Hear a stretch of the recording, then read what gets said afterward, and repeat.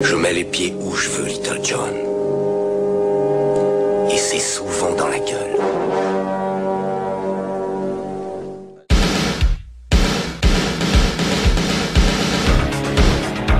Je connais le kung-fu. Prouve-le-moi. Quatrième 4. Le petit dragon accroche sa proie. Et avec sa queue, il frappe. Bien joué. Mais une brique ne rend jamais les coups. Et bonjour à tous et bienvenue dans High Kick, dans ton podcast. C'est le podcast qui met les pieds où il veut et c'est souvent dans les oreilles. Je suis Seb, vous n'êtes pas habitué à entendre ma voix en tant que présentateur sur cette émission, mais là j'ai pris le relais puisque on est dans le format des 3 films préférés d'un invité. Donc Jazz n'est pas dispo, donc là j'ai pris le lead sur cette émission et je reçois pour cette nouvelle émission, Antoine du groupe Elvin Road. Salut Antoine, comment ça va ? Salut Seb, enchanté. Eh ben écoute, enchanté, oui, on a un petit peu galéré en off pour les auditeurs, bon ça vous ne le verrez pas avec les aléas de l'informatique, mais ça y est, on y arrive, on enregistre. Merci à toi d'être venu sur cette nouvelle émission. Je vais peut-être d'abord te laisser te présenter pour les auditeurs, et puis après on va tranquillement se lancer dans l'émission, puis tu vas surtout me présenter tes 3 films que tu as choisis, et je précise, je ne suis pas au courant, tu as gardé la surprise, donc on va en discuter, puis on va voir un petit peu ton passif des arts martiaux en tout cas, quoi. Ok, très bien. Donc voilà, je m'appelle Antoine, je représente donc le groupe Elvin Road. Elvin Road, en fait, c'est une entité musicale qui a maintenant 4 albums à son actif. On développe plutôt une musique avec une base rock, mais plutôt cinématique, largement inspirée du cinéma de genre, que ce soit donc de l'action, du thriller, film fantastique et slasher horreur. Et dans le film d'action, forcément aussi les films d'arts martiaux et séries aussi d'arts martiaux. Voilà, Elvin Road, c'est une entité qui maintenant existe depuis 2010, je crois. On vient de sortir donc le dernier album Unrated fin l'année dernière, et là donc on est en pleine promotion pour présenter donc autant en fait aux médias musicaux qu'aux médias en fait cinématographiques. Donc notre nouvel album qui est particulièrement en fait badass parce que on a nos écoutes en fait et nos projections de films ont pas mal nourri notre imaginaire durant en fait l'enregistrement et l'écriture en fait de l'album.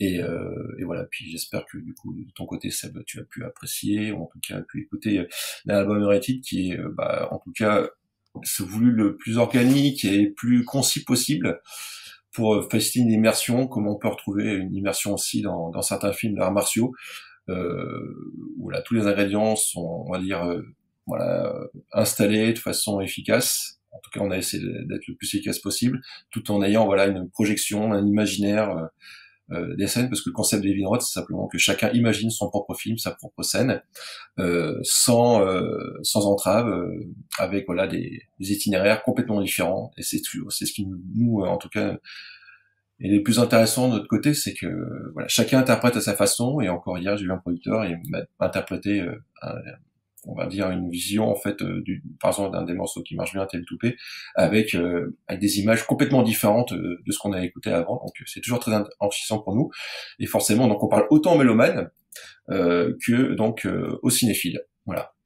Ouais, je sais qu'il y a dans ton domaine, alors pour répondre à ta question, j'ai écouté essentiellement les vidéos principales que vous avez sur votre sur votre chaîne YouTube, et franchement c'est très cool. Et je t'avais demandé la veille, parce que tu m'envoyais les fichiers par DM en fait pour les auditeurs sur Instagram, et moi je suis sur iPhone, donc pour écouter les fichiers c'est un peu compliqué. Et je viens de découvrir ce matin que vous avez une page sur iTunes, donc sur Apple Music maintenant. Ouais, et tout à fait, du coup, tu vois, moi j'aime bien écouter soit avec des écouteurs ou soit dans ma voiture. C'est un peu mon modèle d'écoute. Donc clairement, ça va être je vais approfondir en tout cas les morceaux. Et mais c'est vrai que vous me faites aussi penser un petit peu. Je sais pas si tu connais le groupe Heroina, ça te parle ? Ah non, pas du tout. Voilà, mais ils font un peu, ils sont très inspirés des Goblins. Je sais pas si tu vois le groupe oui, des bien Goblins. sûr. Ouais, bien Voilà, sûr. un peu dans leur esprit, ils font comment dire, ils font aussi de la musique. C'est très de l'instrumental. Et derrière, c'est très aussi inspiré de cinéma de genre, mais plutôt genre horreur, et avec une grosse touche, en tout cas. Enfin, dans les morceaux que j'avais écoutés, ça allait un peu lorgner du côté des Goblins, et plutôt très cool aussi. C'est par le biais du podcast, je sais pas si tu les connais, les VHS et Canapé, qui avaient fait un ou 2 épisodes avec eux, et pour le coup, c'est aussi très bien ce qu'ils font. Donc pareil, je te fais une petite reco au passage. J'irai voir. Oui. en tout cas de belles références. Effectivement, Goblin, les Diallo, mais et Ouais. puis forcément, en fait, on verra justement les choix en fait que j'ai fait sur les 3 films d'arts martiaux sont aussi liés d'une certaine manière aussi à l'inspiration musicale des musiques, enfin des scores movie en fait, de movie score de ces films-là en fait aussi. Ouais. Avant de se lancer sans forcément trop déflorer, est-ce que t'as des noms de compositeurs musicaux comme ça que alors, je t'envoie pas au casse-pipe, hein, si t'as pas de nom, c'est pas grave, on coupera. Oh, j'en ai même trop, tu vois, donc ce Mais sera pas un tu sais, casse-pipe, plutôt ça. très ciblé. Moi, je sais on a quelques compositeurs un peu doudou avec jazz. Bien Alors, sûr. je sais jamais dans le bon ordre, mais David Michael Frank. Il y a forcément aussi le compositeur des Bloodsport et des Kickboxers. dont à l'instant T, le nom m'échappe. John Scott. Comment John Scott. Je Non, c'est crois, pas hein. lui. Ah non, Non, c'est pas John Scott, non. Attends, je dis une bêtise. En plus, je l'ai écouté il y a pas longtemps. Oh là là, Bloodsport, je l'ai écouté la semaine dernière en venant de mon sport, parce Paul que je l'écoute Herzog. pas. Voilà, ça m'est revenu. Paul Herzog. Merci, Paul Herzog, Voilà. merci Et beaucoup. qui a aussi d'ailleurs A fait composé une foulée, hein. le score de The Last Comité, qui a été un film qui a été fait sur financement participatif, que j'ai vu D'accord. il y a pas longtemps, qui est pas si mal. Je m'attendais vraiment à un truc vraiment pas terrible. Et Ouais. Paul Herzog, là-dessus, il a fait du Paul Herzog. C'est-à-dire que t'entends Ouais. des consonances qui ressemblent beaucoup à Bloodsport, à Kickboxer. Enfin, tu vois, c'est un mix un peu des deux et Ouais. ça marche plutôt bien pour le coup. Et ça aide pas mal le film à donner cette ambiance un peu très 90s, quoi, très années 90, quoi. De toute façon, Herzog, c'est vraiment un peu c'était quasiment le compositeur de Van Damme, en cas sur les gros films, que ce soit Bloodsport, Full Contact. C'est impressionnant comme il a parcouru tout son carrière. C'est en fait la plus belle période de sa carrière à Van Damme, quoi. Voilà. Alors, Beaucoup. étonnamment, Paul Herzog, pour avoir un peu creusé sa filmo et enfin ce qu'il a fait, il a fait que 2 films de Van Damme. Il a fait que Bloodsport et Kickboxer. C'est pas lui qui est sur Full Contact. Alors, j'ai pas le nom du mec. Et étonnamment, il a pas pu se composer que ça, Paul Herzog. Il a refait après un actionneur un peu plus tard, dont le nom m'échappe. Mais c'est vrai qu'en tout cas, Et ouais, il a fait Kickboxer, Bloodsport, et puis après, si on en a fait un qui était pas terrible, c'est Breathing Fire, je crois, avec Bolly Young. ouais, c'est ça. Donc c'est vrai qu'il Mais est, qui est connu, ouais. il a pas fait tant que ça, et c'est vrai qu'on est assez étonné, parce que moi j'aime beaucoup son mariage des genres, en fait, au niveau de sa façon de composer, et bref, bon. On pourra un peu se consoler, parce qu'ils ont ressorti Bloodsport en vinyle, là. Donc c'est vrai que c'est un vinyle qui me fait de l'œil. Donc voilà, pourquoi pas un jour investir là-dedans. Ok. Est-ce que toi, t'en as d'autres, éventuellement, des compositeurs dans le milieu des films d'arts martiaux à part ceux qu'on a cités? Si t'en as pas, c'est pas grave, on se lance après direct dans le En film. fait, il y en a un qui est vraiment très très bon, que j'ai découvert il y a vraiment pas longtemps, et qui du coup indirectement lié un peu à comment ça s'appelle, à Van Damme. En fait, c'est celui qui a composé la musique en fait de Karate Tiger. En fait, le compositeur c'est Paul Gilreath, donc Gilreath. Et autant en fait le film il était encore, c'est pas un niveau amateur, en tout cas pas le niveau de combat, mais en termes de mise en scène c'était quand même Je vais limite. pas le sauver, moi. Mais même si l'apparition de Van Damme est terrible dès le départ dans le dojo, mais par contre la bio de Paul Gilreath est vraiment très bonne. Ça vaut même le titre principal de No Retreat No Surrender vaut vraiment en fait un Survivor, un titre de Survivor de Rocky quoi. D'autant qu'en plus que sur cette BO là, en plus il y a c'est la première fois qu'apparaît Joe Satriani, donc un des meilleurs guitaristes au monde, en fait, qui a joué dessus, et en 86, et on ressent tout de suite sa patte, et franchement, le score est très très bon. Et pareil, en fait, sur Karate Tiger 2, je trouve que la réalisation est encore meilleure. Oui. En fait, alors je dis pas du film, hein, le film pour moi il est génial, mais il est complètement dingo. Mais par contre, non, sur la BO en fait du film Karate Tiger 2, en fait, c'est aussi très très bon. Et là, par contre, c'est pas du tout qu'on s'appelle Gilreath en fait qui réalise. Je sais plus exactement quel est le nom, mais c'est très très bon aussi. Et ils ont sorti, donc je crois que c'est sur DNX en fait la BO, et c'est franchement ultra riche. C'est réalisé d'ailleurs par l'orchestre philharmonique de Vancouver, et c'est d'une richesse thématique très très bonne. Je retrouverai le nom mais y a pas de du souci, compositeur, mais il est connu aussi, mais lui il a plutôt fait de l'action movie, Steve Gunfight, des Vigilant, tout ça, mais très très bon aussi quoi. Voilà. Mais c'est vrai, c'est rigolo que tu parles de Karate Tiger, parce que j'ai écouté une vidéo l'autre jour où Scott Atkins était invité par un YouTuber qui est un peu spécialisé dans le training d'arts martiaux, mais qui fait aussi des vidéos un peu rigolotes. Le nom m'échappe à l'instant T.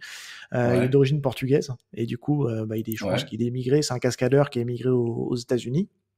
qui est d'ailleurs très très bon martialement aussi accessoirement. Et il parlait justement des copies de l'anecdote justement sur Never Retreat, Never Surrender de Paul Gilchrist. Ouais. Cette version-là, on l'a pas nous dans la version européenne. Tu vois, alors en fait, elle est sortie justement il y a pas très longtemps. Je sais plus quel est le lien, mais elle est sortie, je crois, il y a 2-3 mois. Je pourrais plus te dire parce que en fait je suis pas mal abonné sur des labels spécialement musicaux, mais plutôt sur des films, soit série B voire limite Z. Et vraiment, il est sorti il y a pas très longtemps. Je t'enverrai le lien, mais ouais, je suis preneur. Et par contre, j'ai écouté. Il est vraiment différent de la BO en fait officielle. Et je trouve que musicalement, ça vaut pas celle qu'on connaît en tout cas. Mais c'est surtout que ce morceau-là, en fait, spécifiquement, alors encore une fois, je veux pas dire de bêtises, il faudrait que je revoie la vidéo, mais ça va être le moment du training montage, donc du personnage principal, quand il s'entraîne, il y a un autre morceau sur notre version à nous, dont le nom m'échappe, et il y a la version, je crois que c'est la version américaine, il y a ce morceau de Paul Gilchrist qui est dans le training montage, que nous, on n'a pas dans notre version à nous, et qui a été largement diffusé. Donc voilà, alors que je trouve que la version de Paul Gilchrist, je trouve elle pêche un peu mieux. Enfin bref, voilà, je le trouve un peu au-dessus que celle qu'on a dans le training montage. Mais bon, Karate Tiger mériterait un jour un petit remaster, un petit relifting en Blu-ray là, avec une belle copie. Parce que c'est vrai qu'on a des copies assez dégueulasses. Et c'est un film que pour les auditeurs, je ne sais pas si tu l'as choisi, mais bref, je vous conseille de le regarder en VO. Parce que la VF, elle est assez catastrophique. Alors moi, je l'ai vu en VF pour marrer, je l'ai revu en VO, effectivement, c'est un autre film, un peu plus proche du jeu d'acteur, mais le jeu d'acteur du personnage principal est pas non plus, enfin, quand même pas non plus. Il s'améliore avec l'âge, hein. Ouais, mais je veux dire que je me suis plutôt attaché au combat, et même Van Damme, qui est complètement amateur en termes de jeu d'acteur, mais qui en fait des tonnes en termes d'expression faciale. On lui en demande pas trop. On lui en demande pas trop, mais par contre, voilà, il fait le job en termes de bad guy, il y a pas de souci, quoi. Et donc, j'ai retrouvé le nom, en fait, effectivement, pour Karate Tiger 2, en fait, c'est David Spear. Et David Spear, en fait, il a fait Exterminator 2 aussi, il en a fait pas mal. David Spear, en fait, c'était un des premiers aussi, avec Sylvester Stallone et Brad Fiedel, à faire déjà de la synthwave, en fait, avant l'heure, avec des parties de basse synthétique, des sons très analogiques, et aussi avec des gros sons de guitare FM derrière, quoi. Voilà. Ok, ça marche toujours bien la guitare FM. Moi, je suis assez content de ça. Bon, si tu veux bien, après cette petite intermède musique, mais on est dans le thème puisque c'est un peu ton dada. Quel est ton premier film ? Alors, le premier film, en fait, c'est Opération Dragon.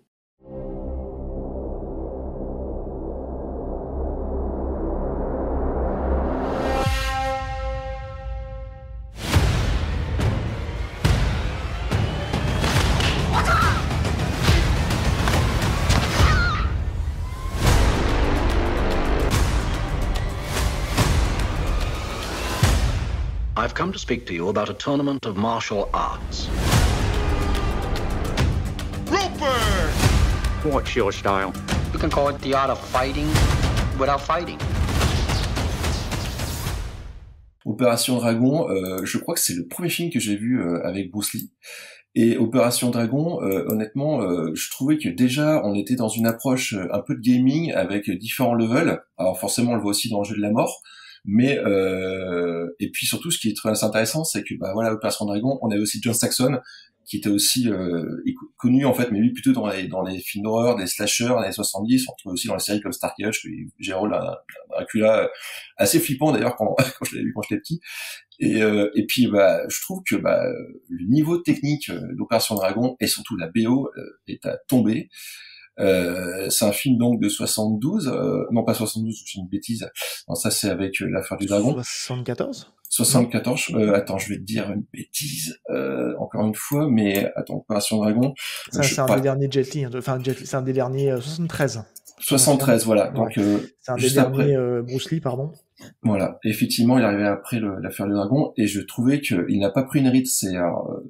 Et puis il y a un casting vraiment extrêmement exotique. On passe à une figure américaine très badass et à la fois très taciturne de John Saxon. On a aussi Jim Kelly qui est fabuleuse, qui du coup, par son look, rappelle aussi un peu la boxe exploitation, même si c'est un mec qui maîtrise bien les arts martiaux.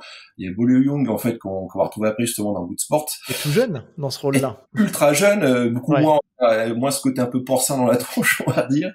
Et puis même en termes de casting féminin, c'est riche.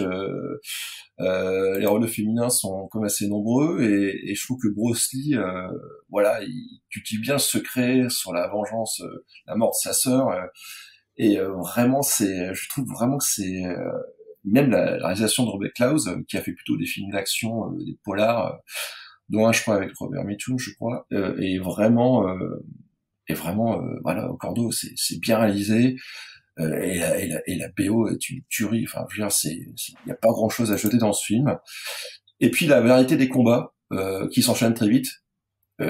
Forcément qui sont dynamisés et enrichis ensuite par la sublime culte de Lalo Schifrin, qui était encore dans cette phase. Lalo Schifrin, faut le dire, mais tu le précises, mais c'est un compositeur que tu reconnais sa patte, mais direct, quoi. Direct. Je me suis refait, pour une petite parenthèse, je me suis refait j'ai fait une découverte récente des Dirty Harry, donc les inspecteurs Harry. C'est ce que je veux dire, ouais. Il est c'est le premier, c'est lui. Et là, tu te dis, mais attends, je connais cette musique. Et quand tu vois au générique que c'est marqué Lalo Schifrin, tu dis, ok, c'est bon. C'est vraiment le genre de compositeur que tu reconnais direct, en fait.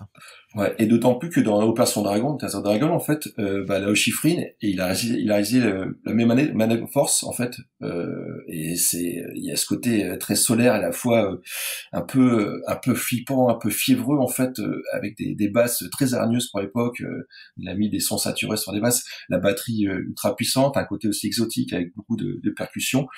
Mais et puis ce côté un peu western qui annonce à chaque fois par un motif très efficace et très racé, en fait, en termes sonores, chaque début de combat. Donc vraiment Schifrin, je trouve qu'il a beaucoup aidé aussi à iconiser, en fait, je pense, Opération Dragon, même si était déjà bien parti pour l'être, quoi. C'est un titre, alors que forcément que j'ai vu aussi, parce qu'il n'y a pas beaucoup de Bruce Lee à voir, donc ça c'est l'avantage. Mais ouais, il fait partie d'un de mes préférés, celui-là, Enter the Dragon ou Opération Dragon en français. C'est un film qui est beaucoup cité aussi quand tu demandes aux gens quel est ton Bruce Lee préféré. C'est peut-être le plus abouti en termes de réalisation, en termes de combat. Je trouve qu'il y a plein de moments cultes. C'est un film de tournoi, mais c'est aussi un film de vengeance. Je trouve qu'il y a un grand méchant qui est un peu en dessous, martialement. Même si il est culte parce qu'il a ses fameuses griffes et il griffe Jelty au niveau du ventre. Mais il y a plein de scènes cultes. La scène sur l'île où ils se battent, voilà. Il y a les scènes des miroirs. Enfin, il y a plein de trucs. Il y a des trucs assez iconiques. Comme tu me dis, la vidéo, elle vient rajouter un petit plus aussi.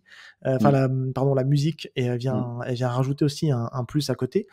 Et après, c'est aussi quand tu regardes de manière un peu plus avec plus de recul, tu te dis, c'est là aussi où tu commences un peu à te dire, Bruce Lee était pas super en forme non plus, parce que c'est un film où il apparaît vachement amaigri. Physiquement, tu sens qu'il est il fait le taf martialement, tu vois. Ça viendra expliquer tout ce qui viendra après et qui viendra à sa mort plus tard, parce que c'est un de ses derniers films. Alors, il a tourné en concomitant, il tournait celui-là et puis il faisait aussi le jeu de la mort à côté. Donc, il faisait les scènes martiales du jeu de la mort qu'il n'a pas pu terminer et que du coup, on connaît ce film-là qui est un peu compliqué, on va dire. Oui, sur la fin surtout. Et pour moi, c'est son vrai dernier film, tu vois, Opération Dragon, parce qu'on peut pas dire que le jeu de la mort, ça soit un film. Martialement, enfin, c'est lui qui fait quasiment toutes les scènes. Après, ils ont bricolé comme ils ont pu. C'est un film qui est vraiment super, que j'ai récupéré il y a pas longtemps en Blu-ray. Et que pour le coup, je me réserve aussi un visionnage prochainement pour le revoir dans un master de meilleure qualité avec tous les bonus qui vont avec, etc. Mais c'est un super film. Ouais, franchement, très très bon choix. Je crois personne n'a encore cité de Bruce Lee dans les 3 films préf, tu vois, parce qu'ils ont peut-être pas osé parler de Bruce Lee. Et nous, c'est pareil, on n'a pas encore parlé de Bruce Lee parce qu'on se le garde un peu sous le coude, parce que ça reste un gros morceau. Donc, on va pas tout donner maintenant. Mais en tout cas, ouais, c'est un super choix. Et je trouve que c'est une bonne porte d'entrée pour Bruce Lee parce que c'est un film contemporain, tu vois. C'est assez contemporain il a assez grand public et à la fois, il est quand même assez technique. Parce que, effectivement, comme tu disais, il a déjà un problème de santé. Mais bon, un très bon Bruce Lee, pour moi, ça vaut, un Bruce Lee, en fait, vraiment beaucoup moins en forme que d'habitude, ça vaudra toujours mieux qu'un Van Damme qui est très en forme, quoi. Parce que, en plus, là, il a chorégraphié toutes les scènes. Il a participé au scénario, il s'est énormément investi, ce qui peut-être du coup, effectivement, ce côté un peu contrôle fric, comme pas réussir à avoir un peu Stallone, fait aussi que ça a dû entamer aussi son état physique, accélérer son état de fatigue, et puis tous les coups qu'il a pris. Mais c'est vrai que puis je trouve qu'il y a une fluidité en fait dans la narration, tu t'emmerdes pas. À la fois c'est une espèce de huis clos en fait, mais dans un ciel, enfin dans un espace ultra ouvert, dans un cadre complètement exotique. Et puis ce côté, voilà, je reviens dessus, ce côté gaming, en fait, voilà, le premier boss, deuxième boss, troisième boss, et le dernier, en fait, effectivement, qui est pas tout techniquement le plus aiguisé, en fait, qui avec la mise en scène des miroirs, on est presque dans le giallo, en fait, dans ce côté un peu presque complètement, ouais. Avec une ambiance ésotérique, lumière à la qui fois joue, obscure, ouais. et puis on est vraiment dans ce côté, voilà, et puis les miroirs appellent aussi un peu les meurtres au slasher avec des armes blanches, tout ça. Il y a ce côté un peu éclatant, lumineux, qui fait que on passe dans une ambiance vraiment beaucoup plus étouffante, plus anxiogène. Et puis, on voit aussi, qui prend cher aussi d'une manière, et graphiquement, le fait de voir les traces de griffes comme ça sur son corps, voilà, c'est quand même quelque chose où on le voyait avant quand même enchaîner assez facilement. Fait que voilà, on s'investit d'autant plus en fait pour que le héros s'en sorte, quoi. Ouais, puis je trouve que c'est un film qui est, en termes d'écriture, il est assez équilibré, dans le sens où, tu vois, tous ces films avant, Big Boss, c'est son premier, et tu vois, Big Boss, moi j'ai un petit peu de mal avec Big Boss parce que il se bat pas les 3/4 du film, et l'écriture, le film est un peu chiant, voilà, avant d'arriver à l'orgie qui est la scène finale de Big Boss. Je mettrais la Fureur de Vaincre, la Fureur du Dragon à peu près au même niveau, parce que j'aime beaucoup les combats de la Fureur du Dragon, mais malgré tout, je trouve que l'écriture, elle est un peu bordélique. Il le réalise, ce film, tu vois, et tu sens que c'est pas tout le temps maîtrisé. Et la Fureur de Vaincre, c'est un film historique où bon, il y a plein de scènes cultes. Moi, j'aime beaucoup la Fureur de Vaincre, pour le coup. Et celui-là, je trouve que, je sais pas, on sent que c'est vraiment le film vraiment équilibré, et c'est frustrant parce que on aurait tous voulu voir un jeu de la mort complet, tu vois, avec vraiment là où voulait aller Jet Li, enfin, je sais pas pourquoi je l'appelle Jet Li, mais là où voulait aller Bruce Lee, ça me fait la fatigue. Et bref, mais ouais, c'est peut-être celui qui est le plus équilibré, et du coup, forcément, qui est le plus accessible. Donc ouais, en tout cas, c'est un très beau choix. Est-ce que tu veux rajouter quelque chose, ou est-ce qu'on passe à ton deuxième? Ah non, on peut passer au deuxième. Allez, vas-y, lance-toi sur le deuxième film. Alors, on va rester dans les arts martiaux, mais du coup, c'est vrai que moi alors c'est peut-être que c'est un phénomène peut-être purement culturel, mais c'est vrai que moi j'avais plus de facilité en tout cas à m'investir, en tout cas à m'identifier forcément à des personnages occidentaux. Et c'est vrai que j'aimais bien quand certains films en fait incluaient en fait des personnages en fait occidentaux. Et Bruce Lee là-dessus a très bien compris en fait ce phénomène. Et aussi la manne en termes de financier puis le business. Mais je trouve que voilà, Opération Dragon était déjà, et puis bien sûr avec Chuck Norris, était déjà un premier pas. Mais je trouve que celui vraiment réalisateur qui a au contraire lui qui a fait peut-être plus grand hommage en fait, plus grand respect en fait pour les films d'Hong Kong en fait, et notamment tout ce qui est en fait les Shaw Brothers, tout ça, je trouve que c'est Jacques Carpenter en fait dans Les Aventuriers de Jack Burton, en Livre du Mandarin, donc qu'on appelle maintenant plus comme Big Trouble in Little China, de 86.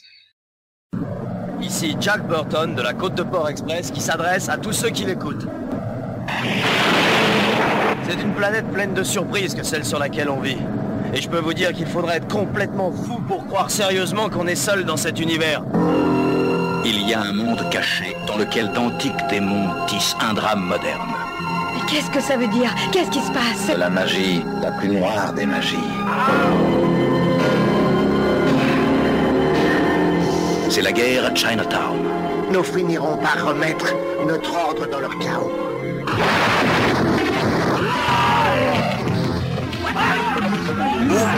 Au royaume des mandarins, de gros ennuis attendent Jack Burton. Qui? Jack Burton. Moi. Oh, Jack! Jack! Ils veulent tous l'envoyer en enfer. Tu fais un seul petit geste. Et il y va tout droit.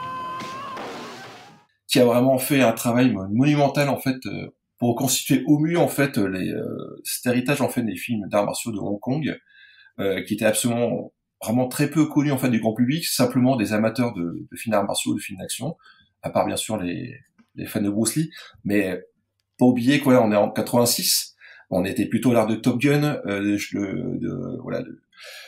d'Over the Top de Rocky IV. Et honnêtement, voilà, comme d'habitude, John Carpenter prend des risques énormes et pour lui, c'était évident que pour réaliser un film en fait qui même si il ne fait pas qu'un film en fait d'arts martiaux, c'est aussi un film fantastique, c'est une comédie complètement parodique, c'est un film d'action et surtout un film d'aventure. Voilà. C'est ce qu'on appelle la galette jambon, fromage, champignons. Il y a de tout. Voilà. Ah oui, c'est même ou la pizza reine où t'as tout dedans. Mais c'est vrai que c'est ça.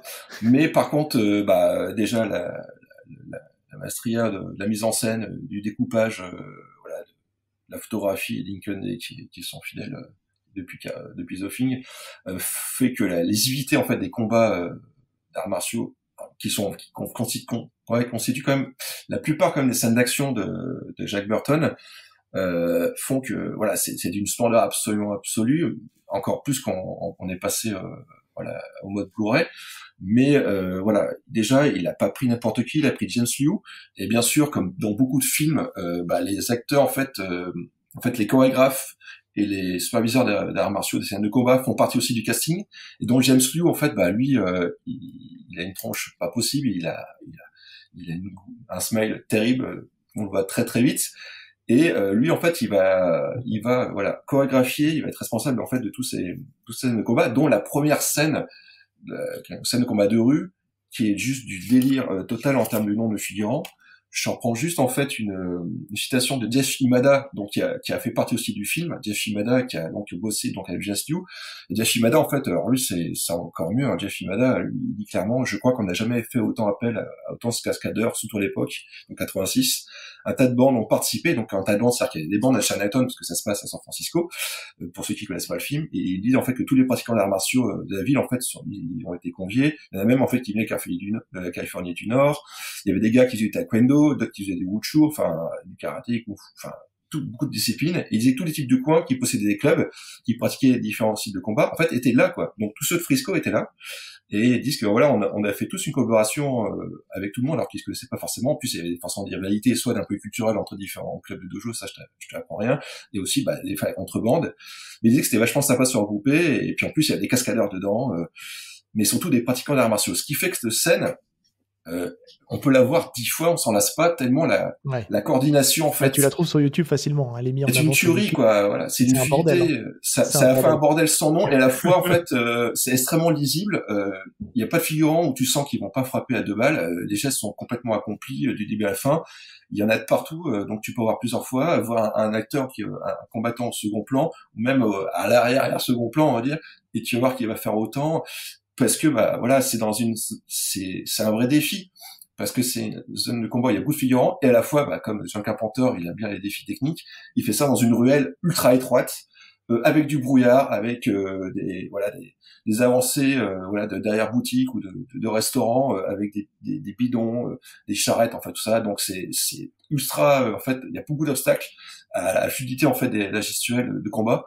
Et puis du coup surtout c'est que c'est hargneux parce que dedans à la fois il y a des armes blanches, il y a un mec dont d'ailleurs qui c'est le fameux James Liu en fait qui sort de revolver type western et qui en dégomme pas mal. Donc il y a tout en fait on va dire l'iconographie de Carpenter dans son amour pour les western, donc parce qu'il est complètement fan, ses premiers amours c'était John Ford ou War Hawks.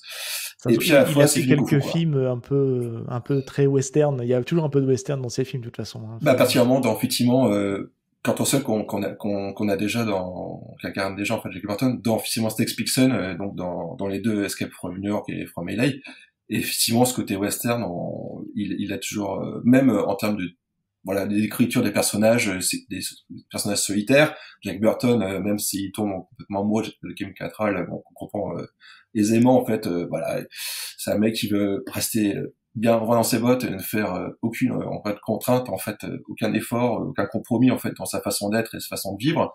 Il y a ce côté western, sauf que lui au lieu de se balader avec un cheval, il se balade avec un gros truck.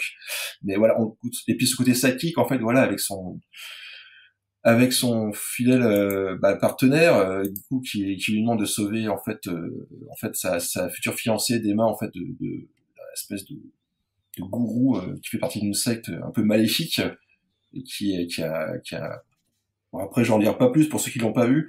Oui, il faut les un peu de... Ah ouais, voilà, je vais pas spoiler. Puis surtout, c'est que c'est un film qu'on peut voir, à partir de 10, 11, 12 ans. Il y a des scènes de flip, mais bon enfant, un peu style qu'on aurait dans les productions Amblin, avec un bestiaire génialement constitué. Il y a des scènes complètement ouf. On passe d'Indiana Jones, en fait, à des scènes de films dans des marécages, de ruelles. En fait, c'est un film extrêmement riche. C'est un peu comme un Tintin. C'est un voyage à travers plein de mythologies, plein de cultures différentes. Il n'y a pas une once, en fait, de scènes de trop. On en demande assez. Du coup, c'est pour ça que le Blu-ray a bien cartonné, parce qu'il y avait les scènes qui étaient coupées, qui correspondaient quand même à 10-15 minutes de plus. Alors qu'au cinéma, ça a bidé, hein, ce film. Hein. C'est ça. Alors c'est ça. Alors, il a bidé en fait. Il a bidé eu son statut culte bien plus tard, mais sauf en France. En Europe, il a plutôt bien marché, surtout en France. Oui. Oui. Mais aux États-Unis, c'était un foire total parce que effectivement, c'est le personnage en fait de l'anti-héros de Kurt Russell, la scène de combat finale quand il tire, pouf, on y va, puis en fait il tire, et en fait il dégomme le plafond où il se prend des personnes à gueule. Oui, donc, il est nul là-dedans. C'est un abruti en fait. C'est un bof intéral. Alors il est pas, je dirais pas qu'il est pas bête, mais c'est le bof intéral, Vantard, tu sais, c'est de là où on tient cette fameuse phrase culte quand il lui pose la question s'il est prêt, il dit j'étais prêt dans le ventre de ma mère. Hein, tu vois, c'est de là que ça vient. Bon, c'est la VF peut-être aussi qui a un petit peu, mais ça lui donne bien son caractère un peu gros beauf et ça lui va bien. Pour moi, ce film est génial parce que a plein de raisons. Déjà, tu as parlé du casting, Kurt Russell, Kim Cattrall. Bon, bah voilà, Kim Cattrall, c'était un petit peu c'était un peu l'égérie de l'époque qu'on voyait dans des films. Quand on avait besoin d'une jolie fille, on prenait Kim Cattrall parce qu'elle passait bien à l'écran. Mais après, tu vois, il y a des noms, en fait, je trouve, qui sont chers un peu à Aiki dans ton podcast. Moi, je pense notamment à James Hong, qui lui, en fait, je fais un petit coucou à Jazz parce qu'on en a parlé il n'y a pas si longtemps que ça, puisqu'on a fait Talon of the Eagle, donc avec Jalal Merhi, et qui dedans, le méchant, c'est qui? C'est James Hong. Et il y a Victor Wong aussi que Victor. Forcément les Teen Ninjas, les 3 ninjas là, c'est pas ses meilleurs films. Action, moi je le retiens surtout parce qu'il fait un petit rôle dans les Gremlins. Si je dis pas de bêtises, c'est lui qui joue le rôle du grand-père dans les Gremlins. Exactement, Donc, qui prévient d'ailleurs du danger, Voilà, et qui a aussi un petit rôle dans Golden Child aussi, qui s'amuse, qui envoie des vannes assez graveleuses d'ailleurs avec Eddie Murphy, mais qui a à mourir de rire. Si vous regardez bien, vous allez aussi apercevoir Karihiroyuki Tagawa, qui est aussi dedans, qui a pas un grand rôle mais dedans. Et je vais terminer par lui, mais tu as parlé, donc forcément, tu parles de Jeff Unada. Oui, j'ai oublié quelqu'un. Je sais de qui tu vas parler. Il est partout, en fait. C'est un mec qui est soit cascadeur ou soit à la coordination des cascades. Il est cascadeur sur L'Arme Parfaite. C'est lui qui fait les cascades aussi dans Les Griffes du Dragon Rouge. Donc tout ça, c'est des films qu'on a traités. Il est à la coordination des cascades sur Rapid Fire avec Brandon Lee. Donc là, je vous name drop un peu de facile, mais vous allez regarder Fatal, Rapid Fire, c'est monstrueux. Exactement. Excessive Force, on en a parlé dans un Press High Kick avec Jazz. Très bon d'ailleurs, Excessive Force. Il est cascadeur sur ce truc-là. C'est un mec qui, franchement, qui n'a pas arrêté. Il a beaucoup travaillé avec John Carpenter, c'est ce que tu disais justement. Il a fait, Il a enchaîné après dans la production de Joel Silver après, beaucoup. Et non, c'est assez incroyable. Il est sur... Il a fait des films, il a fait plein de choses pour la cascade et les arts martiaux.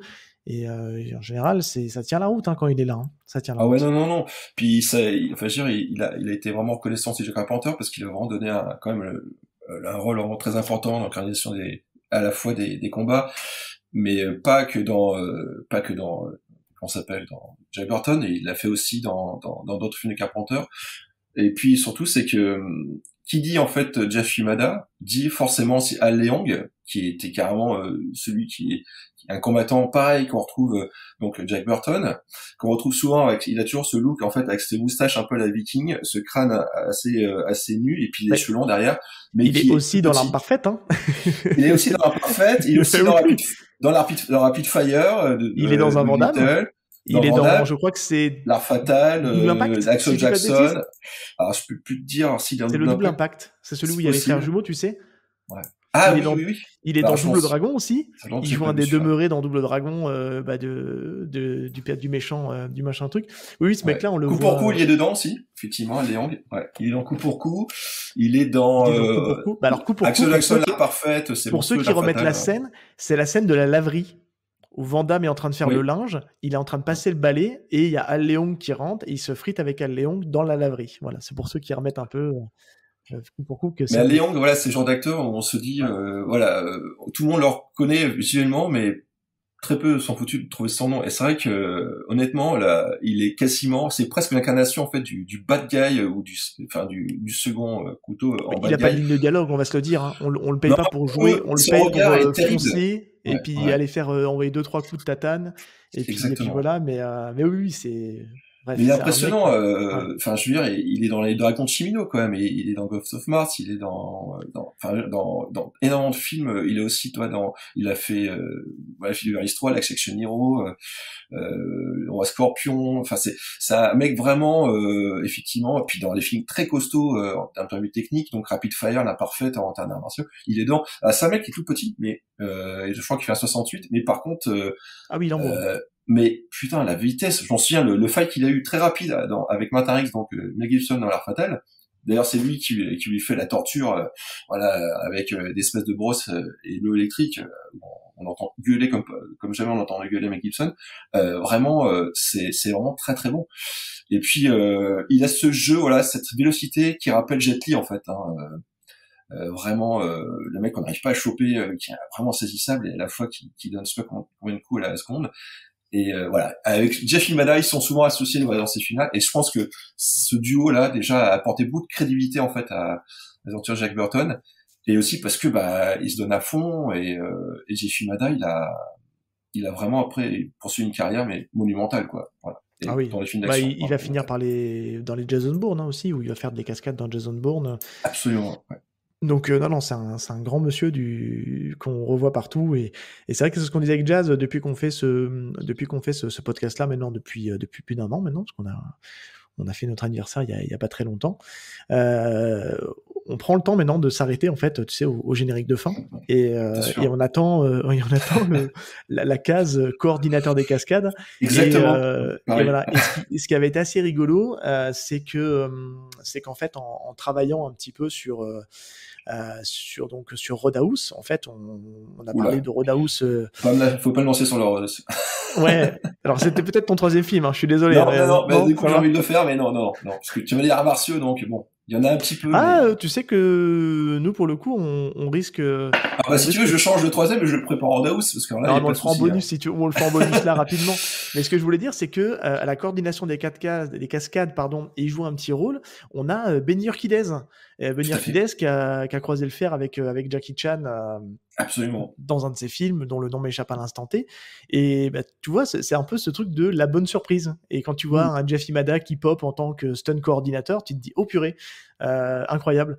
Et tu connais ces noms-là, parce qu'à force, en fait, maintenant, tu commences un peu à regarder, et c'est vrai que voilà, il y a des noms qui reviennent, et en général, c'est plutôt un gage de qualité. Voilà. Quand tu as un nom un peu inconnu, tu te dis, bon, je vais creuser voir ce qu'il a fait. Oh, il a rien fait d'autre. Bon, ça va être un peu pas ouf, mais bon, bref.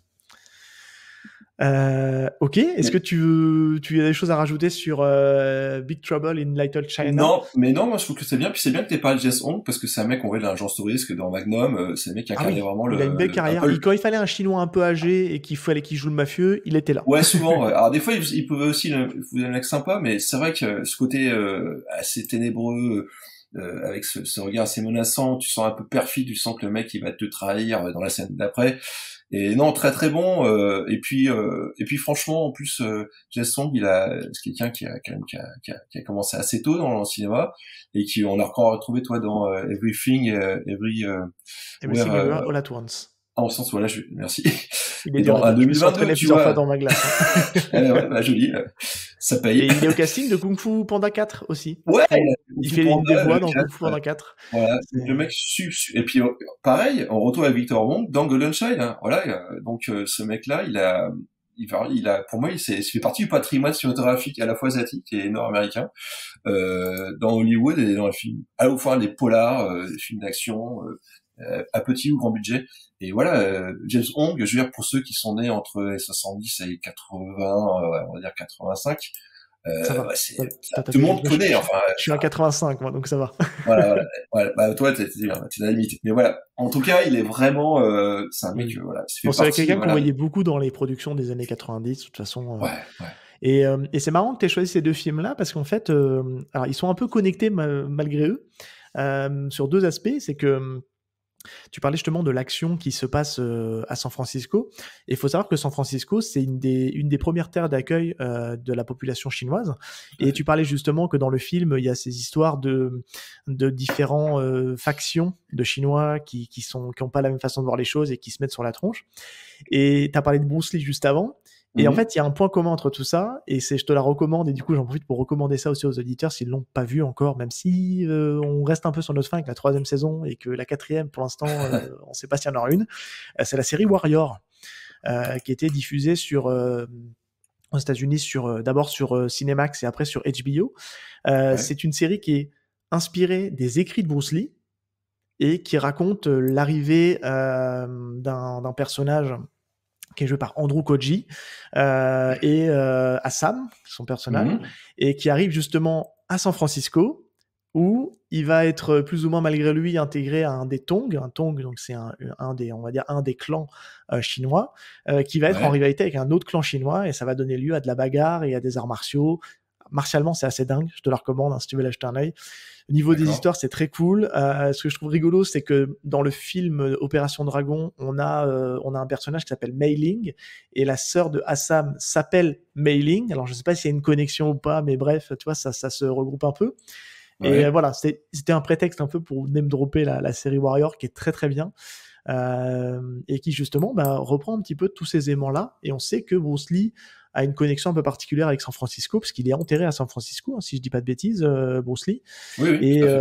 Et c'est là qu'il est arrivé, puisqu'il a immigré aussi, comme énormément de Chinois, pour aller justement à San Francisco, puis vivre un peu le rêve américain. Et voilà, quelque part, ces deux films sont un petit peu connectés, parce que on s'y revient, enfin, on revient un peu à tout ça, quoi. Est-ce que tu veux du coup terminer avec ton 3e et dernier film? Oui, alors du coup, en termes de connexion, on va être encore en plein dedans. En tout cas, une transition parfaite, parce que je vais parler de Justice sauvage. It's miles from civilization, but just one subway stop from Manhattan. Hey, you want a party? Brooklyn. They were friends. Ever since we was little. Born on these streets. One of us, family. Now, after 15 years, who would have ever thought that I would have become a cop, huh? They will play cops and robbers one more time. But this time. Richie got out of the car and just... Alors, Justice sauvage, alors pas celui de 73. Alors d'ailleurs 73, donc Mockintoll, où c'est lequel tu vas prendre du coup. Voilà. Mais celui de 73, donc avec John Baker. Donc John Baker, pareil, en fait, qui a tourné du coup lui aussi avec Robert Klaus, donc qui a réalisé Opération Dragon. Mais donc celui de 80, alors je dis pas de bêtises, celui de 91, voilà. Avec notre panda préféré.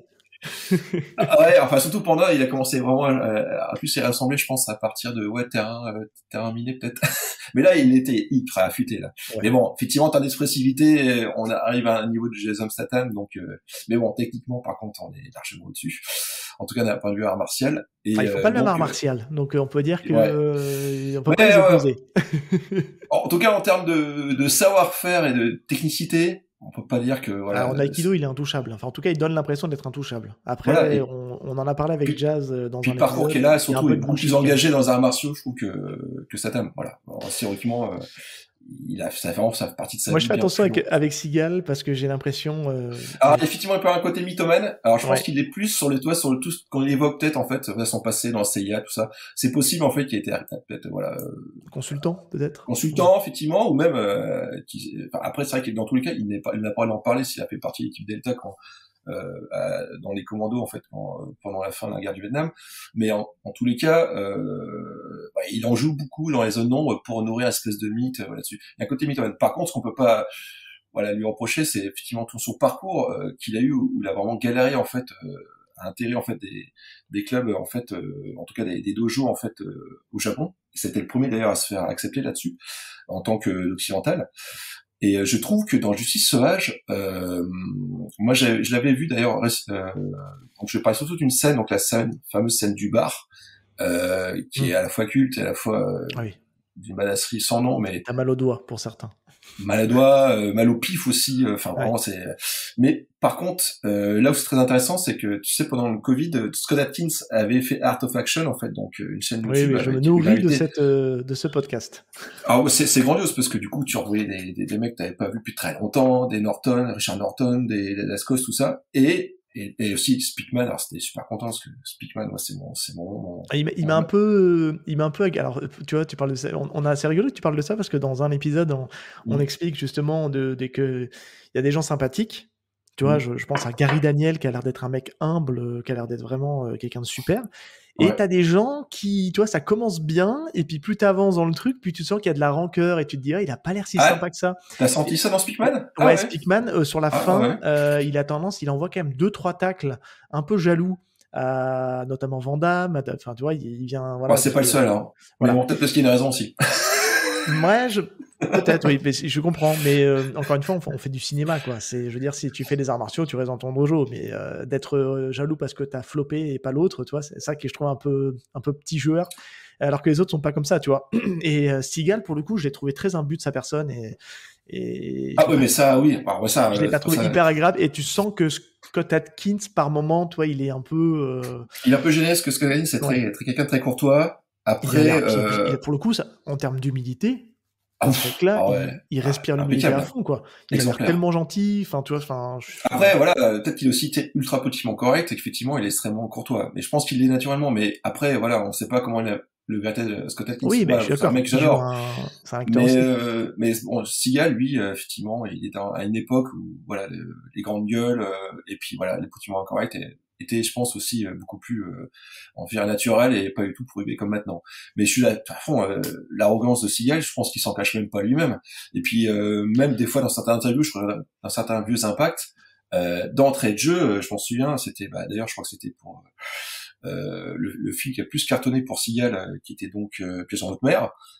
La première question que lui pose, je crois que c'était Martoulek, la première phrase que répond Seagal, c'est en gros, mais qu'est-ce que vous avez tous avec Van Damme, quoi. En gros, pourquoi mes films ne marchent pas en France? Qu'est-ce que j'ai fait, quoi. Donc, je pense que Van Damme aussi avait un côté tellement si arrogant à sa façon, provocateur, et puis qu'en termes de technicité, en termes d'art martial, il était beaucoup moins légitime que l'autre. Forcément, ça nouait de la jalousie. Effectivement, t'as raison.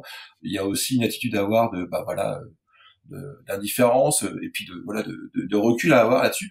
Mais je pense aussi que Van Damme en avait beaucoup.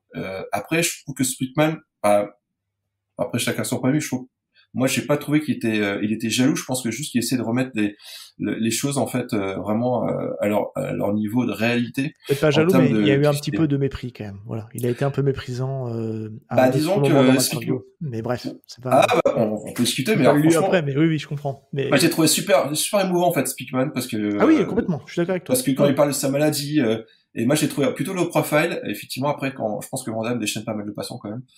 Mais je l'ai trouvé justifié, mais oui. Oui, après voilà, c'est pas non plus mais c'est vrai que quand tu regardes le parcours, en tout cas si tu t'en tiens vraiment à la pure technique martiale, au palmarès, Speakman déjà c'est le plus médaillé en termes de titres martiaux. Et puis surtout, je pense que il avait peut-être un profil philosophique qui lui donne une rigueur telle que il trouve que peut-être qu'effectivement Van Damme peut-être plus un usurpateur là-dessus, une imposture. Sur la philosophie de vie en fait. C'est vrai que Speakman, quand tu regardes sa philosophie, elle est vraiment, elle est autant liée en fait à l'art du combat qu'à l'art en fait de vivre. Et d'ailleurs, tu vois tout de suite dans l'arme parfaite, il fait une espèce d'apologie en fait de son code, de ses codes qu'il a investi en fait dans son Kempo. Alors c'est quasiment un outil professionnel au départ avec la voix off quand il est gamin, quoi. Mais bref, tout ça pour revenir donc sur Justice Sauvage. On va y arriver. Et Justice Sauvage 91, voilà, la scène, bon bien sûr, ça commence d'entrée de jeu. John Flynn, réalisateur extrêmement sous-estimé, qui a quand même fait un nombre de films mais ultra badass dans les années 80, mais très très bon. Mais surtout, il a commencé avec des films vraiment dès 70 avec même avant, mais Team Violence, qui est un film, un vigilante, qui est d'une sauvagerie et à la fois d'un réalisme sans nom, avec une ambiance à la fois très adulte. Et on le ressent aussi dans Justice Sauvage, on l'a aussi un peu dans Pacte avec Nature avec James Wood, et aussi dans Haute Sécurité. Donc voilà, c'est comme un mec qui a un palmarès de films extrêmement bien maîtrisé, un discours quand même absolument pas correct, mais j'ai envie de dire tant mieux, parce que vu l'atmosphère en fait dans laquelle baigne en fait Justice Sauvage, qui est dans le trafic de drogue, dans la mafia, dans la mafia italienne, dans les guerres de rue. Et puis voilà, il est violent, ce film. C'est un film très très violent. Ouais, et puis il est pourri aussi les pourris en fait dans la police. Ouais. Donc c'est un film vraiment extrêmement hargneux. Je trouve qu'il a il a certains points communs en fait avec Désigné pour mourir, qui est peut-être pour moi le meilleur film en termes d'écriture, en termes de script de Seagal. Je suis pas d'accord. Mais Justice sauvage, je trouve qu'il est... Excuse-moi, hein. Désigné pour mourir. Pas de souci. Mais j'ai revu il y a pas longtemps et il est pour moi pour le coup je préfère l'écriture de Justice sauvage que Désigné pour mourir, qui je trouve tout le côté vaudou mystique et puis le twist à la fin qui est... moi j'adore le twist. Moi j'ai trouvé ça très bon parce que franchement j'ai plongé dedans à fond dedans et puis je trouve que putain la revoyure en fait ça passait moins. Je pense qu'à l'époque j'avais aimé. Mais le fait de le revoir... je trouve que ça a bien marché. En tout cas, moi, je me suis prendre et je trouve que voilà, le twist, c'était pas... Enfin, en tout cas, personnellement, j'ai pas trouvé si facile que ça à décoder. Et puis, il n'y a pas d'arts martiaux dans celui-là, quasiment. Non, il y en a pas. Désigné pour mourir, tu vois. Ah, il y en a un petit peu, mais bon, Seagal est encore pire qu'avant, c'est-à-dire qu'il ne souffre absolument pas. L'avantage de Justice sauvage, c'est que, enfin, la scène du bar, il tombe sur un adversaire, et donc, tu sais, qui pète la queue de billard. Ouais. Et là, ce que raconte justement Seagal à Scott Adkins, que je savais pas donc dans son podcast Art of Action, il disait effectivement que c'est non seulement en fait il combat, mais il combat à genoux quoi. Il combat à genoux. Bon après il est Seagal super grand, les combattants en face, Jelatic est tout petit, peut-être parce que c'est pas trop un problème de taille, mais il fait quand même, il part en fait des coups extrêmement rapides, simplement voilà à genoux, simplement avec ses bras. La chorégraphie est extrêmement maîtrisée des deux côtés. Et puis surtout c'est que il en prend plus dans la gueule, mais voilà, c'est du sauvage. Je trouve que du début à la fin, c'est un film extrêmement gris en fait. C'est pas manichéen. Ouais, c'est vrai, la couleur, oui. Même la photo est pas non plus très lumineuse, quoi, tu vois. Ouais. Non, et ça fait assez crépusculaire. Tu vois la pochette, enfin le artwork en fait. Il y a un côté brumeux. Il y a un film très nocturne, même s'il se passe pas mal pendant la journée. Mais voilà, ce que j'aime bien, c'est que voilà, il renie pas ses origines italiennes, comme dans Nico. Il va pactiser un peu des fois avec les malfrats, mais en fait lui ce qui compte vraiment c'est qu'en gros tu touches pas aux enfants et tu touches pas à la cam quoi. Et là-dessus je trouve que putain il y a un enchaînement de scènes d'exécution qui est vraiment surtout voilà c'est peut-être un flic mais en gros c'est un film, c'est quasiment un vigilante qui va se venger du drame de départ et c'est une boucherie sans nom en fait en termes de graphiquement c'est sanglant, mais je dirais pas que c'est complaisant, je dirais juste que en gros peut-être satisfaisant peut-être. En tout cas c'est dans le détail, en termes de réalisme en fait voilà, il va pas rester trois plombs en fait sur un coude qui est arraché mais par contre voilà, il enchaîne mais il va pas non plus le cacher. Donc pour moi c'est plutôt une preuve marque de réalisme, mais voilà et puis il y a un Forsythe quoi, le bad guy il est excellent, il est bon, il a une gueule de méchant, il est complètement hallucinant, c'est un fou furieux et puis il a une présence énorme, je veux dire, dès qu'il est avec Seagal, même si Seagal, je trouve qu'il en pose quand même pas mal dans ce film. Les dialogues sont bien écrits, puis c'est quand même, c'est pas non plus écrit, enfin, c'est quand même pas scénarisé par des branques. Non, je trouve ça plutôt bien, mais Forsythe lui bouffe un peu la vedette dans ces scènes-là, parce que même si à la fin le final fight il est rapide parce que bon techniquement le Forsythe il n'a aucune notion d'arts martiaux, même s'il a la hargne et la coque dans le sang, il lui permet d'encaisser des coups plus que la moyenne. Honnêtement s'il y a voilà je trouve qu'il passe par la fenêtre à la fin puis voilà terminé quoi. Ouais mais c'est voilà, les exécutions sont du délire et puis les répliques juste avant l'exécution, que ce soit je veux dire avec son Steamer Master en flingue ou ses coups de poing, enfin c'est vraiment lapidaire. Alors, je trouve ça très bon en termes. Puis le montage est parfait. Le montage est très très bon. Y a rien à dire. En tout cas technique, la facture formelle en fait que propose John Flynn, c'est pas une qualité en fait de film que tu pourras trouver maintenant, peut-être dans certains films, ceux qui s'essayent avec One Shot de James Wan, mais je trouve que vraiment c'est maîtrisé de A à Z et tu t'en mets à peine 5 secondes. Les scènes intimistes sont pas ratées. Des bons Seagal avec ce bon mix entre les gunfights et les arts martiaux. Parce qu'on va se dire, nous c'était, on a longtemps, alors on a fait un choix, c'était plus possible pour le fun, on a traité de pièges à grande vitesse dans le podcast, parce que c'est vrai qu'en fait choisir un Seagal où il y a des arts martiaux c'est pas évident en fait, parce que on voulait pas tout de suite taper dans un très gros, et pour moi Justice sauvage ou Out of Justice pour ceux qui le connaissent en titre VO et Nico sont peut-être ces deux où il y a le plus d'arts martiaux, où il y a plus de scènes cultes vraiment. Et Nico, pour le coup, c'est presque une autobiographie de Steven Seagal, quoi. Bah, exactement, t'as au début quand ça se passe, tu vois. Ouais, là, ouais. c'est Voilà. chronologique, Je me dis, c'est un peu fantasmé, mais bref, ça, on reviendra pas sur le sujet. Bah, il a fait comme du Stallone, c'est il a un peu fait chier son monde et il a réécrit beaucoup le scénario parce que voilà, il a joué sa star. Bon, ça, c'est mais plus on avance, après, plus Seagal, en termes d'art martial, c'est compliqué, quoi, tu vois, Ah oui. Il y en a de moins en moins, et puis c'est souvent très vite évacué. Tu vois, pendant un temps, il y avait le film avec DMC, là, mince. L'ombre blanche, c'est ça, non? C'est ça? Non, c'est pas l'ombre blanche, c'est l'autre. C'est Hors d'atteinte. Non, hors de. Ah oui, peut-être, oui, Hors d'atteinte. Non, Hors d'atteinte, c'est le film avec George Clooney. Bon, bref, je sais plus, mais les gens ont remis. Je l'ai pas sous les yeux, le truc. Ah, mais attends, c'est pas l'ombre blanche. Attends, hors limite. Voilà, hors limite. Ouais, et c'est pareil, toi, il y a un peu d'arts martiaux dans celui-là, mais le problème d'Hors limite, c'est que il est énormément doublé. Et même la scène de fin contre Michael J. White, elle est limite un peu, elle est bizarrement coupée, quoi. Tu vois, elle est bizarrement découpée, ce qui fait que tu te dis bon, et ce que je dis à Jazz, en fait, celui-là, il est sympa le film, mais à niveau martial. Bah, déjà 2001, hein. 2001, c'est ça. Bah, il a une réelle très 2001, donc Nico 88, les voilà, accélérés, les flous un peu artistiques, tu sais. Tu te dis, puis Jackie White, même si je sais pas si ils ont le même âge, mais bon, je crois qu'il est au moins aussi vieux, honnêtement. Non, il est plus jeune, hein, Michael J. White. Il est plus jeune, Michael J. White. Ouais, Michael J. White, il a je crois qu'il est tout juste soixantenaire. Ou là aussi, Seagal. C'est marrant, je le voyais plus vieux. Franchement, moi, je le voyais. Enfin, quand tu le regardes aujourd'hui, je lui donne même presque un peu moins. Hein. Je crois qu'il a 58 ou 59, il me semble, si je dis pas de bêtises.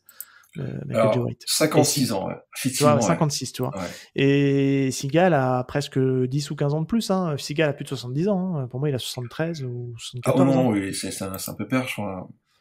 Mais honnêtement, il a surtout, il a pas une hygiène de vie terrible, hein, parce que là, non, mais non. 72, ouais, 72 ans, ouais. On en parle justement dans Piège à grande vitesse, c'est que Jazz donne l'anecdote que sur le tournage, il cachait des cookies dans ses poches. Parce que justement, ouais, il avait je sais plus, c'est le tournage de Piège à grande vitesse, il a une tenue un peu spéciale parce qu'il a pris du bide, et c'est pour le cacher, il a été mis au régime pour Piège à grande vitesse, et apparemment, il cachait des cookies dans ses poches pour manger entre les prises. Donc voilà. Ça peut l'empêcher de foutre des pains, en fait, à ses compagnes. C'est vrai que, honnêtement, sur le chèque est mort, elle a dû prendre cher qu'elle ait du broc, hein, parce que, honnêtement, là-dessus, c'est vrai que, je pense que peut-être pour ça, effectivement, que, il se faisait autant tacler, voire plus que Van Damme, en fait, c'est que vraiment, entre les préceptes qu'il donnait en termes de code d'honneur et ce qu'il faisait, lui, dans sa vie privée, Van Damme, on peut dire ce qu'on veut sur le côté martial. C'est qu'un mec qui a fait du karaté, qui est ceinture de karaté. Je crois qu'il est deuxième dan, un truc comme ça. C'est un super athlète. Hein. Il a fait de la compétition en contact. Il a gagné quelques compétitions. Voilà. Et puis comme tu dis, c'est avant tout un athlète. C'est un mec qui a fait de la danse, c'est un mec qui a fait beaucoup de musculation et qui a fait de la bonne musculation, ce qui fait qu'il avait une musculature quand même vachement intéressante. Et moi, c'est ça où là-dessus, moi, des fois, on n'est pas d'accord avec les gens. C'est qu'aujourd'hui, moi, un film d'arts martiaux, je vais le regarder, je vais pas forcément le regarder pour la crédibilité ou pour le côté réaliste. Moi, ce que je veux, c'est quelque chose d'artistique, tu vois. Je veux voir beaucoup de pieds, je veux voir un truc propre. Et voilà. Et le problème, des fois, à trop vouloir faire réaliste, tu vois, dans Perfect Weapon, il y a des moments dans la chorégraphie des combats, c'est un peu saccadé, tu vois, parce qu'il veut rendre le truc réaliste et ça, tu vois, ça manque un peu de fluidité. Non, mais c'est un de ses mieux. C'est un de ses mieux. Il y a pas non, de mais par exemple, la scène du dojo dans Perfect Weapon, pour moi, elle a une visibilité impeccable. Et ouais, mais à la fois, c'est ultra rapide. Et j'aime beaucoup, mais il y a quand même des 3 petits points de détail où je trouve que des fois, c'est un petit peu laborieux. Mais voilà, mais c'est pour faire le pinailleur, hein, vraiment. Alors, non, mais c'est vrai que par exemple, dans la scène de la boîte de nuit, après, bon, c'est très obscur, mais je trouve que, après, techniquement, je trouve que Speakman est quand même au-dessus de la volée. Ah non, mais je suis d'accord avec toi. Mais c'est vrai que, il n'arrive pas toujours, en fonction de comment il est filmé, bonne, hein. En fonction de comment il est filmé, l'angle de caméra, le montage, etc. C'est optimal, c'est clairement, non, pas fait. C'est pas tout le temps mis en valeur. Non, c'est clairement. Ça que je trouve que des fois, t'as des très bons artistes martiaux et qui sont très mal filmés et on le voit pas. Je pense à Mark Dissal n'est pas non plus un super L, hein, voilà. Non, dans Blue Sport, je trouve qu'il s'en sort un petit peu mieux. Mais après, c'était souvent pas mal de plans un peu fixes, avec du recul, parce que c'était sur une scène qui était lieu.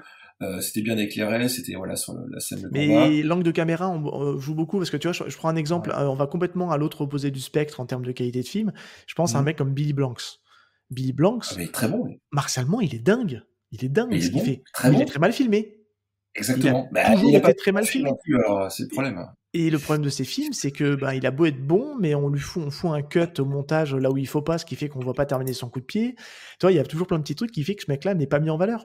Et c'est dommage, parce que clairement, avec un bon casting, il aurait chopé des bons rôles. Après, en termes d'acteur, il n'est pas ouf, ça c'est sûr. Mais martialement, il aurait pu faire le taf dans des productions un peu plus ambitieuses, tu vois, en termes de réal. Et là où moi je trouve que peut-être là où il est peut-être le mieux mis en valeur, c'est malheureusement un film qui est pas dispo chez nous. Ou alors vous le trouvez sur YouTube, vous tapez King of Kickboxer. Avec Lauren Avedon en acteur principal, qui lui aussi martialement est très bon, que tu retrouves d'ailleurs dans Karate Tiger 2, hein. Il est aussi bon dans Karate Tiger 2, Lauren Avedon, et il est dans King of Kickboxer, et le méchant du film, c'est Billy Blanks. Et pour le coup, le film est un peu mieux filmé, et je trouve que Billy Blanks est mieux mis en valeur en tant qu'artiste martial que dans les productions qu'il a pu faire, notamment avec Jalal Elmeri, Coco Jazz.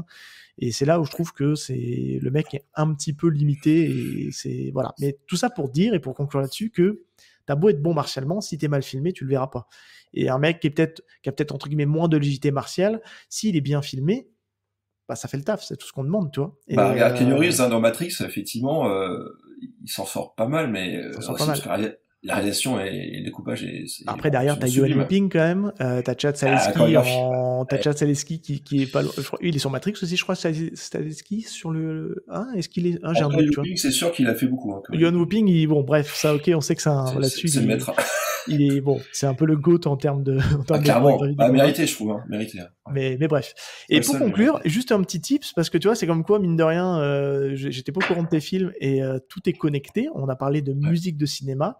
Et le monsieur à la musique sur Justice Sauvage, c'est David Michael Frank. Voilà. Alors justement, j'allais y venir parce que en fait, tu m'as coupé l'herbe sur le pied en fait en citant le premier compositeur tout à l'heure. Et David Michael Frank, moi j'adore en fait ces BO-là parce qu'il en a fait pas mal avec Seagull. Et puis surtout, c'est que David Michael Frank en fait, il a ce passé avec compositeur de jazz rock. Il y a un côté aussi blues, et franchement, Michael Frank, c'est un compositeur mais tellement sous-estimé, parce que ce mec-là, il a un sens, déjà une belle écriture en termes mélodiques, ce qui est pas souvent le cas en fait dans les films d'arts martiaux, en fait, en tout cas quand ils sont plutôt bourrin. Mais David Michael Frank, je vous conseille vraiment un score qui est superbe, c'est Suite 7 ans pour un flic, 85 avec Chuck Norris. Ça, c'est une tuerie, c'est un morceau, c'est en fait un peu comme, on trouve un peu l'aspect groovy, en fait, de Opération Dragon. En plus, il est bien, c'est un bon Norris. C'est un bon Norris. Et honnêtement, David Michael Frank, il a fait toujours des thèmes très identifiables, très, très forts. Et 7 ans pour un flic, c'est une espèce de musique funk, mais avec un thème qui décline sur 2-3 morceaux, mais qui sont excellents. En plus, là, c'est très bien joué. Il y a des musiciens de très haute volée. Il a même la BO de Nico, en fait, de 88 est excellente. Celle aussi de Extreme Justice avec un casting on a rarement vu aussi badass à part la haute sécurité. On va en parler aussi, qui est très bien, qui a un thème ultra identifiable. Mais voilà, dans les Gueules du Dragon, puis il en a fait aussi Fleur de Poison, un thriller érotique de Barrymore, mais voilà, en termes d'écriture mélodique. Mais tu dis, en fait, sa marque de fabrique à David Michael Frank, c'est vraiment l'identité, tu vois. Ouais. Et tu vois, je vais revenir, tu parlais tout à l'heure de Jess Pinkman. Je suis désolé, mais il a pas pris le bon film, David Michael Frank, parce que sur la défensive, c'est sympa, mais c'est pas aussi iconique que Perfect Weapon. Oh. Et en fait, on aurait dû mettre, c'est mon avis perso, on aurait dû mettre le score de Perfect Weapon, le score sur la défensive, sur Perfect Weapon. Je tape sur mon micro, toi, et c'est là où je trouve que c'est dommage, parce que je trouve que le score de Perfect Weapon, pour le coup, il est pas... il est pas marquant. Il est pas mauvais, mais il est classique, quoi, tu vois. Et alors que je trouve que sur la défensive, il détonne, quoi, le score, quoi, tu vois. On reconnaît bien la chanson est très bien, d'ailleurs, aussi. La chanson sur la défensive Street Night aussi très bonne. Hein. Donc, ouais. Donc David Michael Frank, même tu vois ce trip où effectivement si vous êtes en train de écouter pratiquant d'arts martiaux ou même d'exercices sportifs, d'entraînement, de fitness, vous mettez ça franchement le samedi ou dimanche matin, c'est jouissif, ça vaut celui de Bloodsport, honnêtement, c'est varié, c'est positif, c'est frais, c'est dynamisant, et à la fois c'est le morceau dont vous ne laissez pas, parce que en plus il y a des sonorités très exotiques, celle de Nico, dans des sonorités japonisantes qui sont superbes, extrêmement bien arrangées, et ça n'a pas pris une ride. Voilà, comme s'il y a des sons en fait qui sont ancestraux. Ouais, après, c'est très marqué 80-90. C'est moi, c'est 80. Mais moi c'est ma cam, mais voilà. mais Blue Sport, tu vois, bizarrement maintenant avec enfin maintenant ça commence à s'étioler, mais le revival qu'il y a eu il y a 10 ans en fait sur le synthwave, en fait, bah du coup voilà, ça ne bouge pas.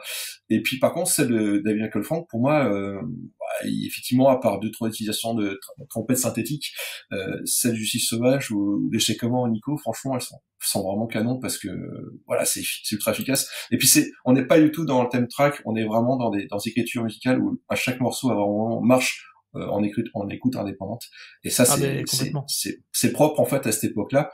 On n'est pas voilà dans 50 000 morceaux où on a une variante simplement sur 2-3 accords, et on n'est pas dans le sound design, absolument pas. Donc ça c'est rigolo que tu parles justement de côté playlist, et on va conclure avec ça parce que c'est aussi un peu voilà ton truc. Mais je trouve que tu as raison, c'est des morceaux. Moi, je me suis fait une playlist sport où moi, je pratique les arts martiaux, je suis dans le karaté, et du coup, dans ma playlist, j'ai du David Michael Frank, j'ai j'ai la musique de Bloodsport, enfin j'ai du Paul Herzog, j'ai du Rocky évidemment parce que forcément Rocky. Voilà, c'est du très culte aussi. J'ai beaucoup de morceaux de Rocky 4. Parce que Nicolas, forcément, il est encore plus épique, je dirais, que ceux des Conti, parce qu'il est un peu plus hargneux, et surtout, c'est que ce qu'il a fait en termes thématiques sur Rocky 4, c'est génial. Mais tu vois, le groupe de ground metal qui reprennent en fait ça. Il y a encore des versions qui sont sorties la semaine dernière sur les uncut en fait de Rocky 4 de Vince Nicolas. Enfin, c'est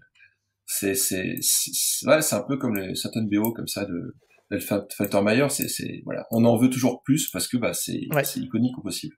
Et tu vois, pour conclure sur The Last Committee, donc Paul Herzog, en termes de score, franchement, c'est un score qui est honnête.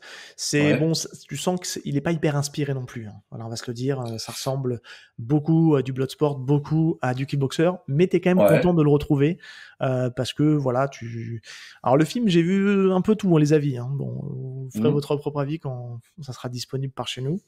Mais c'est vrai que moi je trouve que c'était plutôt correct pour ce que ça prétendait être, en tout cas. Voilà. D'accord. Mais bref. Eh ben écoute, merci.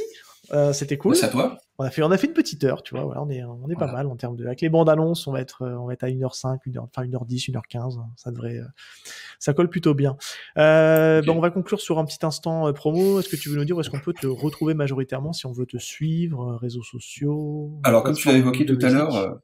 Écoute, comme tu l'as évoqué tout à l'heure, on a une chaîne YouTube, donc là on a sorti un dernier clip, donc qui est à la fois le single et un des titres emblématiques de l'album Unrated. Unrated, autrement, on se retrouve sur Bandcamp, donc vous tapez Elvin Rod sur Bandcamp, vous le trouvez facilement. Je vous conseille aussi sur Bandcamp parce que on va dire avec un accent un peu plus correct de Bandcamp, voilà.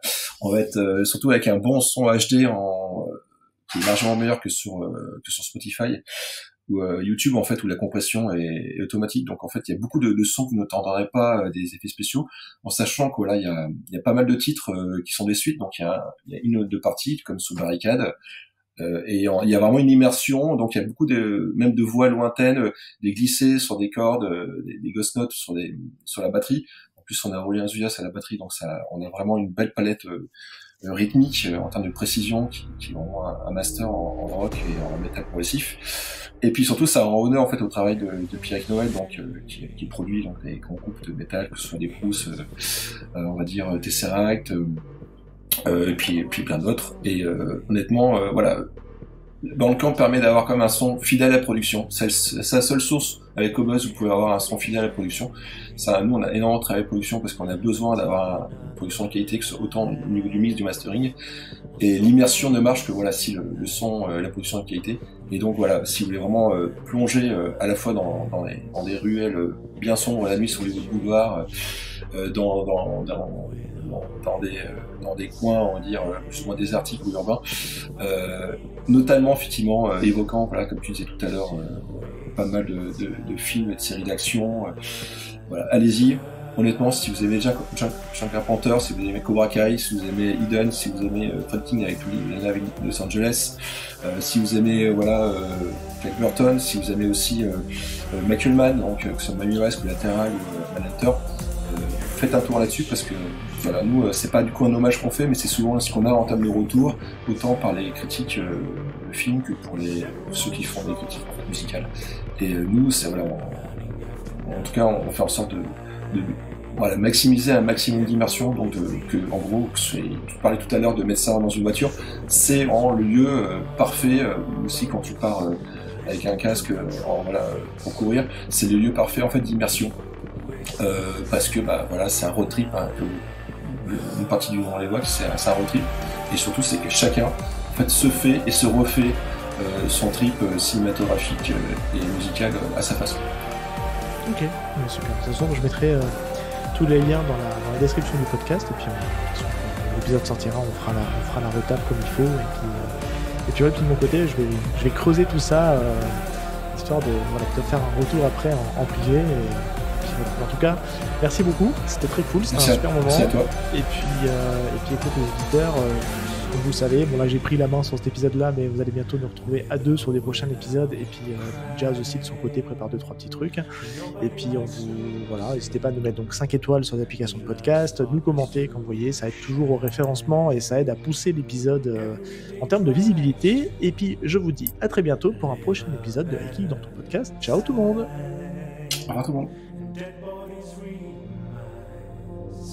That your life is a lie.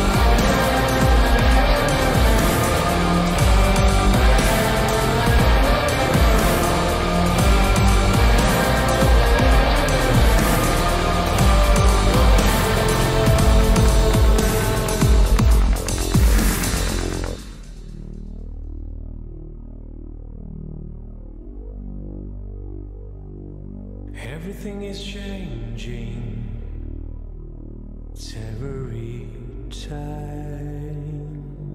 Our world is ending until a better one, until a better one, until a better one.